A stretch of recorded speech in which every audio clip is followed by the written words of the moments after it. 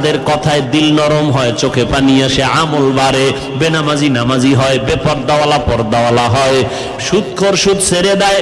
এরকম উলামায়ে কেরামদের কাছে যাও, তাদের কাছে বসো, তাদের কথা শুনিয়া কলবটারে শান্ত করো, সুন্নত অনুযায়ী জীবন চালাও।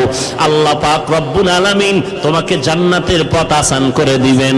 আলেমদের কাছে যাওয়ার মানে এটা না তুমি চাকরি ছেড়ে দাও, না তুমি স্কুলে আসো ছেড়ে দাও, না না তুমি স্কুলে পড়ো বাধা নাই, কলেজে পড়ো বাধা নাই, চাকরি করো বাধা নাই, ব্যবসা করো বাধা নাই, নবীর তরিকা মতো চলো। উলামায়ে কেরামের পরামর্শ নিয়ে, মা বাবার দোয়া নিয়ে চলো। 5 বেলার নামাজ পড়ো, জবান থেকে মিথ্যা কথা বলবা না। লেখাপড়া করে ডাক্তার হও, ইঞ্জিনিয়ার হও, প্রফেসর হও, কোনো বাধা নাই। সময় মতো 5 বেলার নামাজ পড়ো, মা বাবার দোয়া নাও, উলামায়ে কেরামের পরামর্শ নিয়ে চলো। জীবনে আমানতের খেয়ানত করবা না, মা বাবার বরদোয়া নিবা না, তোমার জন্য জান্নাতের পথ আসান হয়ে যাবে।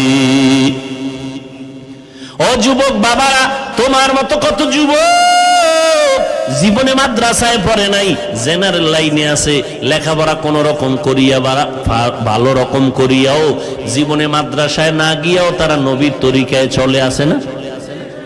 RAB, army, police, BDR, doctor, professor, engineer 5 বেলার নামাজ পড়ে, দাড়িওয়ালা, মা বাবার খেদমত করে, দোয়া নিয়ে চলে, উলামায়ে কেরামের সাথে সম্পর্ক ভালো, চাকরি করে, ব্যবসা করে, কোটি টাকার মালিক, জীবনে হারাম খায় না, কাউকে ধোকা দেয় না, নামাজ ছাড়ে না, তাকে আপনি জাহান্নামী বলবেন?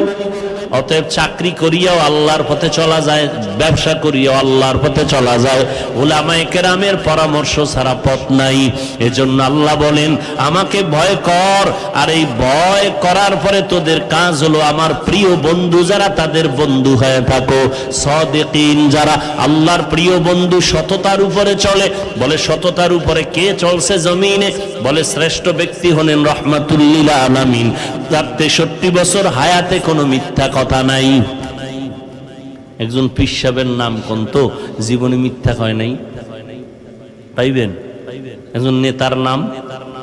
কিন্তু এমন একজন নবী পাইছো যেই নবী 63 বছর হায়াতে ভুলেও কোনোদিন মিথ্যা বলেন নাই।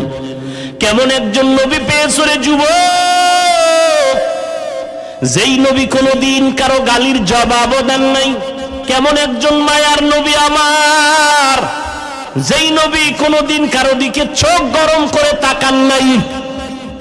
কেমন নবী? চোখ গরম করে তাকান নাই, মিথ্যা বলেন নাই, নবীর জবানের কথায় কোনোদিন কেউ কষ্ট পান নাই। দুশ্মনেরা বারবার লাথি দেয়, গালি দেয়, নবী তার কাছে বারবার যায়, বুকে লাগায়, হাসি মুখে কথা বলে। নবীর ব্যবহার, নবীর আদর্শ 13 বছরে স্বর্ণের মানুষ বানায় দিল মক্কার মানুষ। ও নবীর আশেকের দল, আজকে পায়ে হাত রেখে বলে গেলাম, এই মুসলমান তুমি নবীর উম্মত। আজকে বিধর্মীকে যদি পাও দুইটা বয়ান করতাম, 6 মাসে ওরা নবীর আশেক হয়ে যাইত। অথচ তুমি সব জানো, তুমি সব বুঝো, এরপরও নামাজ পড়ো না, পর্দা করো না, হালাল খাও না। আল্লাহর কোরআনটা কি মিথ্যা মনে করেছো? বলো। একটা ভুল বের করে যদি দিতে পারো, এখন আমি দাড়ি কেটে ফেলবো, নামাজ বন্ধ, জামা কাপড় আগুন দিব, কিন্তু আজ পর্যন্ত কেউ পারে নাই, তুমিও পারবা না রে বাবা। অতএব কোরআন সত্য, আল্লাহ পাকের ওয়াদা সত্য। গুনাহ নিয়ে কবরে গেলে জাহান্নাম, নেক আমল নিয়ে গেলে জান্নাত। অতএব নেক আমল করো, গুনার আমল ছেড়ে দাও। জীবনে শয়তানের ধোকায় পড়ে যত গুনাহ করেছো কেউ জানে না, মাও জানে না, বাবাও জানে না। তোমার আমার গুনার খবর আমার স্ত্রী পরিবার কেউ জানে না, একমাত্র আল্লাহ জানেন। আমার আপনার গুনার খবর মা বাবা আপনজন জানলে কেউ অন্তর দিয়া ভালোবাসতো না। আল্লাহকে আমি জানার পরে রাগ করিয়া পানিও বন্ধ করি নাই, বাতাস বন্ধ করি নাই, খানাও বন্ধ করি নাই, বরং আমি মহাব্বতের নজরে ডাকি, বান্দা আয়, বান্দা তুই তওবা কর, জীবন ভর যত গুনাহ করছো একটা সেকেন্ডে আমি মাফ করে দিব। ও আল্লাহর বান্দারা, কপাল যদি খুলিয়া যায় তওবা নসিব হবে, আর কপাল খারাপ হলে তওবাও নসিব হবে না।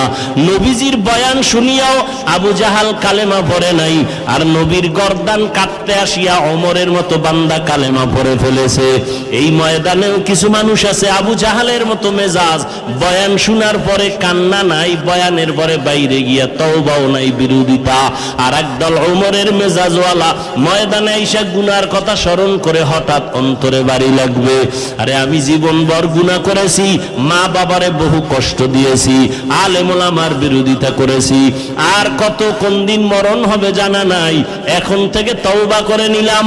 আল্লাহকে মনে মনে বলবে, হে দয়ার মালিক, জীবনে আর দাড়ি কাটবো না, বেপরদায় চলবো না, মা বাবারে কষ্ট দিব না, নবীর তরিকার বাইরে চলবো না, তুমি আমাকে মাফ করে দাও। এমন ভাবে তওবা করবে, ফজর থেকে বান্দা মসজিদে হাজির হয়ে যাবে। জানি না কার কপালে তওবা নসিব হবে, কার কপালে হবে না, তবে সবাইকেই বলবো, বাবা মনে মনে আল্লাহকে বলো, হে মালিক, জীবনে গুনাহ তো কম করি নাই, আমার গুনার কারণে আমার হাত নাপাক, চোখ নাপাক, জিহ্বা নাপাক, অন্তর নাপাক, গুনার কারণে দিলটা পাথর, চোখে পানিও নাই। ও আল্লাহ, তুমি আমার দিলটা নরম বানায় দাও। গুনার কথা স্মরণ করে তওবা করতেছি। জীবনে কত নামাজ ছাড়লাম, কত দাড়ি কাটলাম, বেপরদায় চললাম, কত মানুষের হক নষ্ট করলাম। আজকে থেকে তওবা করতেছি, আর নামাজ ছাড়বো না, দাড়ি কাটবো না, বেপরদায় চলবো না, কারো হক নষ্ট করবো না, উলামায়ে কেরামের পরামর্শ নিয়ে নবীর সুন্নত অনুযায়ী চলবো, মা বাবার দোয়া নিয়ে চলবো।